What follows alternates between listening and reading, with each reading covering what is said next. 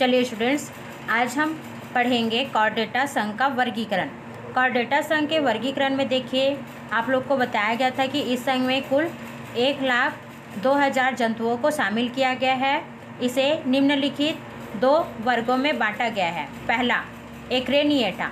एक्रेनिएटा के अंतर्गत उन जंतुओं को रखा गया है जिनमें सिर तथा क्रेनियम का पूर्ण अभाव होता है। देखिए, क्रेनियम क्या है, तो मस्तिष्क में क्या होती है, मस्तिष्क जिस कंकाल में उपस्थित रहता है उसको हम लोग क्या बोलते हैं, खोपड़ी बोलते हैं। और खोपड़ी के अंदर में क्रेनियम एक बॉक्स होता है जिसके अंदर मस्तिष्क सुरक्षित रहती, ठीक है।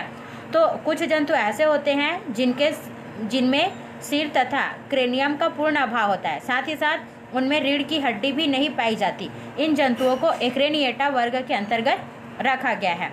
एक्रेनिएटा वर्ग को पुनः 2 उपसंघों में बांटा गया है। देखिए, पहला यूरोकॉर्डेटा और दूसरा सिफेलोकॉर्डेटा।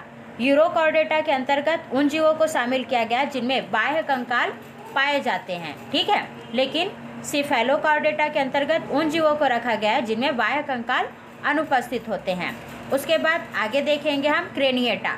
देखिए, दूसरा वर्ग है क्रेनिएटा, और क्रेनिएटा एक्रेनिएटा का अपोजिट है। इसके अंतर्गत उन जीवों को रखा गया है जिनमें कशेरुक दंड उपस्थित होता है, या हम बोल सकते हैं कि इनमें सिर तथा क्रेनियम और रीढ़ की हड्डी उपस्थित होती है। उनको क्रेनिएटा वर्ग में रखा गया है। उसके बाद क्रेनिएटा को पुनः 2 उप संघ में बांटा गया है। पहला है ना, मतलब जबड़े उपस्थित हैं या नहीं है, ठीक है, उसकी उपस्थिति के आधार पर 2 वर्गों में बांटा गया है या 2 उपसंघ में बांटा गया है। पहला है एग्नेथा उपसंघ। इस उपसंघ में उन जीवों को रखा गया है जिनमें जबड़ा अनुपस्थित होती है। उसके पश्चात दूसरा है ग्नैस्थोस्टोमेटा। ग्नैस्थोस्टोमेटा के अंतर्गत उन जीवों को रखा गया है जिनमें जबड़ा पाए जाते हैं या उपस्थित होता है। उसके पश्चात ग्नैस्थोस्टोमेटा जिन है ना, अर्थात जबड़े युक्त जीव को पुनः 2 अधिवर्ग में बांटा गया है। मतलब पंख या पैर की उपस्थिति और अनुपस्थिति के आधार पर 2 जीवों है ना 2 अधिवर्ग में बांटा गया है। पहला अधिवर्ग है पीसीज वर्ग, जिसको हिंदी में हम मत्स्य वर्ग बोलते हैं। और मत्स्य वर्ग के अंतर्गत उन जीवों को रखा गया है जिसमें पंख या फिन पाए जाते हैं, जैसे कि मछली मत्स्य वर्ग में आता है ना, उनमें पंख या फिन पाया जाता है। और दूसरा है टेट्रापोडा। टेट्रापोडा मतलब जिसमें टेट्रा मतलब 4, पोडा मतलब पैर, है ना, तो जिसमें चतुष्पाद होते हैं। चतुष्पाद मतलब 4 पैर उपस्थित होते हैं, उनको टेट्रापोडा के अंतर्गत रखा गया। अब देखें, मत्स्य वर्ग जिनमें फिन पाया जाता है उनको पुनः 4 वर्गों में विभाजित किया गया है। प्लेकोडर्मी, कॉन्ड्रिक्थिस, ऑस्टिक्थिस और कोनिक्थिस। इसी प्रकार जो टेट्रापोडा वर्ग है उनको भी 4 वर्गों में रखा गया आवास स्थलों के आधार पर: उभयचर, सरीसृप, पक्षी वर्ग और स्तनधारी। चलिए, तो हम सबसे पहला उपसंघ पढ़ते हैं यूरोकॉर्डेटा, ठीक है। देखिए, यूरोकॉर्डेटा ऐसे जीव होते हैं जिनमें बाह्य कंकाल उपस्थित होता है, अर्थात इनमें बाह्य कंकाल पाया जाता है। चलिए देखते हैं यूरोकॉर्डेटा संघ के जंतुओं के क्या क्या लक्षण होते हैं। तो याद रखेंगे, इस उपसंघ के सभी जीव समुद्र में पाए जाते हैं और ये अकेले भी रहते हैं या समूह में भी पाए जाते हैं। उसके बाद दूसरा लक्षण है, इस संघ के सभी प्राणी अपने शरीर के चारों तरफ एक कवच का श्रावण करते हैं। कवच, जिसको हम सामान्य भाषा में आवरण या ट्यूनिक भी बोलते हैं ना, का श्रावण करते हैं। और जंतु का जो शरीर होता है वो इसके है ना, मतलब खोल में बंद रहता है। खोल मतलब है ना, कवर या आवरण में बंद रहता है। क्लियर हो गया। उसके बाद तीसरा याद रखेंगे कि यूरोकॉर्डेटा संघ में जो वयस्क होते हैं उनमें क्या होता है, केवल ग्रसनी या क्लोम दरारें पाई जाती हैं। मतलब इसमें क्लोम या गिल्स नहीं पाया जाता, केवल क्लोम दरारें पाई जाती जिसके माध्यम से वे श्वसन करते हैं, ठीक है। उसके बाद यूरोकॉर्डेटा उपसंघ का चौथा लक्षण है कि जो प्रौढ़ होते हैं, है ना, प्रौढ़ मतलब जो वयस्क अवस्था के बाद आती है, ठीक है, उनमें नोटोकॉर्ड नहीं पाया जाता, ठीक है। नोटोकॉर्ड केवल इनके लार्वा स्टेज में ही पाया जाता है। क्लियर हो गया। उसके बाद इसमें नोटोकॉर्ड अनुपस्थित होते हैं, केवल बाह्य कंकाल पाया जाता है। उसके बाद पांचवा है कि इनका जो हृदय होता है वो नलिकाकार होता है या नली के समान होता है, जो कुछ समय तक एक दिशा में धड़कता है तो दूसरे है ना, मतलब कुछ समय बाद वो क्या करता है, जिस दिशा में धड़कता है उसके विपरीत दिशा में धड़कना प्रारंभ कर देता है। मतलब इनमें हृदय धड़कन की जो प्रक्रिया है वो समय पश्चात में क्या होती है, विपरीत दिशा में संचालित होती रहती है। क्लियर हो गया। उसके पश्चात जो यूरोकॉर्डेटा वर्ग है, उपसंघ है, उसको 3 वर्गों में बांटा गया है। पहला लार्वेसिया वर्ग, दूसरा थैलिएसिया वर्ग और तीसरा है एसिडिएसिया वर्ग। क्लियर हो गया। यूरोकॉर्डेटा संघ के जंतुओं का उदाहरण है हेडमानिया, आइकोप्लूरा इत्यादि। इसके बाद देखेंगे हम सिफेलोकार्डेटा। सिफेलोकार्डेटा के अंतर्गत उन जीवों को रखा गया है जिनमें बाह्य कंकाल नहीं पाए जाते हैं या अनुपस्थित होता है। ठीक है, देखिए इस उपसंघ में पाए जाने वाले जीवों के मुख्य लक्षण हैं कि ये जीव समुद्र के किनारों पर जो बिल पाए जाते हैं उनमें रहते हैं। मतलब समुद्री किनारों पर जो बिल होता है वो इनका आवास स्थान होता है। क्लियर हो गया। उसके बाद दूसरा लक्षण है कि सिफेलोकॉर्डेटा उपसंघ के जंतु में नोटोकॉर्ड शरीर के एक सिरे से दूसरे सिरे तक फैला होता है। कहने का मतलब हम बोल सकते हैं सिर से लेकर के पैर तक फैला होता है और ये स्थायी होते हैं, मतलब जीवन पर्यंत रहते हैं। ठीक है। उसके बाद इनका तीसरा लक्षण है कि इसमें जो ग्रसनी होती है वो बड़ी आकार की होती है और इसमें अनेक गिल छिद्र पाए जाते हैं जिनके माध्यम से इनमें श्वसन की प्रक्रिया होती है। उसके बाद सिफेलोकॉर्डेटा का चौथा लक्षण है कि इनका जो रक्त होता है वो लाल रंग का नहीं होता बल्कि रंगहीन होता है ना, और इनमें हृदय का अभाव होता है, अर्थात हृदय अनुपस्थित होती है। तत्पश्चात सिफेलोकॉर्डेटा का पांचवा लक्षण है कि इनके जो पृष्ठ भाग होते हैं उसमें नोटोकॉर्ड एक नली है ना, नलिकाकार तंत्रिका रज्जु के रूप में पाई जाती है। और सिफेलोकॉर्डेटा का उदाहरण है एम्फिओक्सस। ठीक है। चलिए उसके बाद हम पढ़ेंगे क्रेनिएटा। और क्रेनिएटा के अंतर्गत उन जीवों को रखा गया जिसमें कशेरुक दंड या है ना सिर तथा क्रेनियम और रीढ़ की हड्डी उपस्थित होते हैं। ठीक है। उसके बाद जो क्रेनिएटा वर्ग है उसको जबड़े की उपस्थिति और अनुपस्थिति के आधार पर 2 भागों में बांटा गया है। पहला एक नेथा, इसके अंतर्गत उन जीवों को रखा गया है जिनमें जबड़ा अनुपस्थित होता है, और दूसरा है ग्नैस्थोस्टोमेटा है ना, और इस वर्ग में उन जंतुओं को रखा गया है जिनमें जबड़ा उपस्थित होता है। चलिए उसके बाद हम आगे पढ़ेंगे ग्नैस्थोस्टोमेटा, जिसके बारे में अभी आपको बताया गया है ना। इन वर्ग के जीवों को पंख की उपस्थिति या पैर की उपस्थिति अनुपस्थिति के आधार पर है ना 2 अधिवर्गों में बांटा गया है। पहला ऐसे जीव जिनमें पंख या फिन पाया जाता है उनको मत्स्य वर्ग या पिसीज वर्ग में रखा गया है, और ऐसे जीव जिनमें पाद या पैर उपस्थित होते हैं उनको टेट्रापोडा वर्ग में रखा गया है। चलिए पहला देखेंगे हम मत्स्य वर्ग या पिसीज वर्ग। देखिए मत्स्य वर्ग या पिसीज वर्ग के जो जंतु होते हैं, ठीक है, उनके अंतर्गत उनमें पंख या फिन पाया जाता है।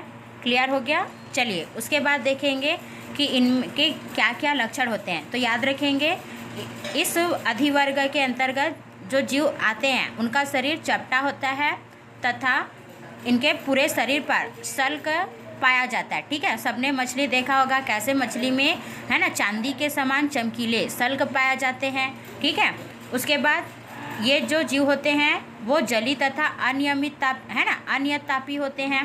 कहने का मतलब कि ये जंतु कहाँ पाए जाते हैं, जल में रहते हैं है ना मत्स्य। उसके बाद ये अनियत तापी होते हैं। अनियत तापी मतलब असमतापी जंतु होते हैं। ठीक है, क्योंकि हमने पहले ही बताया समतापी और असमतापी के अंतर्गत कि मछली जो होते हैं वो अपने है ना अपना आवास उसी के अपने शरीर के तापमान के अनुसार रखते हैं। ठीक है, मतलब जैसे कहीं पर का पानी क्या होता है गर्म होता है तो वहाँ पर नहीं रहते बल्कि उस स्थान पर मतलब जल के भीतरी सतह जहाँ पर पानी ठंडा होता है वहाँ चले जाते हैं। इसलिए हम बोल सकते हैं कि है ना ये जो जंतु होते हैं वो शीतरुधिर या फिर असमतापी जंतु होते हैं। क्लियर।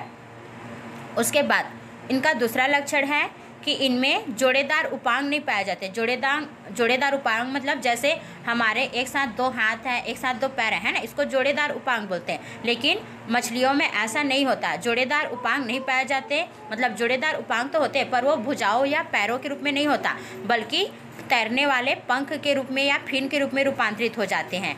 ठीक है, इस प्रकार से आप लोग इसको याद रखेंगे। उसके बाद इनका तीसरा लक्षण है कि मत्स्य वर्ग के जीवों का है ना, श्वसन अंग गिल्स, क्लोम या गलफड़ा होता है। लेकिन कुछ मछलियाँ ऐसे होते हैं जिनको हम फेफड़ा मछलियाँ बोलते हैं, है ना। ऐसा इसलिए बोलते हैं क्योंकि कुछ जीवों में या कुछ मछलियों में श्वसन की क्रिया फेफड़े द्वारा होती है, इसलिए उनको फेफड़ा मछलियाँ कहा जाता है। ठीक है। उसके बाद इनका अगला लक्षण है, मत्स्य वर्ग के जीवों में हृदय आलिंद तथा निलय में बटा रहता है और आलिंद तथा निलय दोनों ही भाग सदैव शुद्ध रक्त से भरे रहते हैं। ठीक है। और जिस प्रकार मनुष्यों में रक्त का दोहरा परिसंचरण पाया जाता है, ठीक उसी प्रकार यहाँ पे इन जीवों में अशुद्ध रक्त का इकहरा परिपथ होता है। ठीक है, दोहरा परिपथ नहीं होता। क्लियर हो गया सभी को।